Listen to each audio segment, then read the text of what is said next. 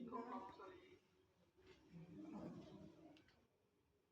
যাদের বেতন ইএফটিতে বেতন দেওয়া হয়েছে এবং দ্বিতীয় তৃতীয় এবং চতুর্থ লটে বেতন ইএফটিতে বিতরণ করেছে ভুল সংশোধন আছে। তারা ভুল কিভাবে সংশোধন করবেন সেই যেটা দেখাচ্ছি। প্রথমে একটি ছোট ব্রাউজারে ওপেন করতে হবে। এরপর এখানে emyf.com.bg দিতে হবে। এরপর আমরা এমপিও আইডি পাসওয়ার্ড দিয়ে এটাকে লগ ইন করতে হবে।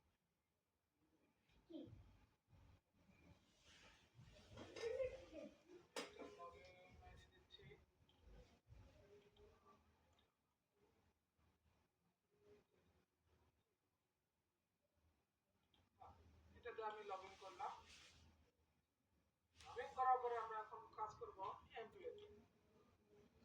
এমপিওতে আমরা যে এখানে কারেকশন একটা আছে, কারেকশন আমরা ডাউনলোড করব। এই কারেকশনে ক্লিক করার পরে এরকম একটা অপশন আসবে। আমরা এখানে শিক্ষক কর্মচারীর নাম থেকে মনে করেন আমার নাম পরিষ্কার, আমি এখান থেকে নামটা নিলাম। এবং এখন এখানে আমার যদি নাম সংশোধন হয়ে থাকে তাহলে আমি নাম কারেকশন করবো এখানে। এটা আগে ছিল।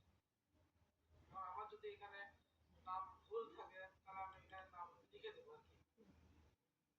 যেহেতু আমার এমডির পরে ডট আছে, আইডি কার্ডে এমডির পরে ডট নাই, সেক্ষেত্রে আমি এমডি এআর আইডি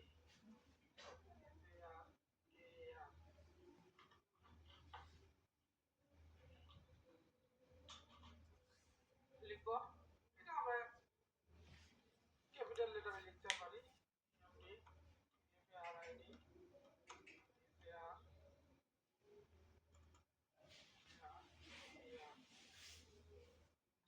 আবেদনকারীর বাংলায় নাম আমরা এখানে দেব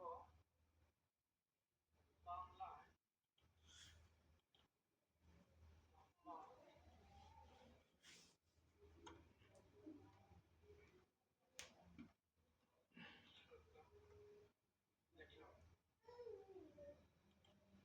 যদি আমাদের জন্ম তারিখ ভুল থাকে কারো, আমরা জন্ম তারিখে এখানে ক্লিক দেব।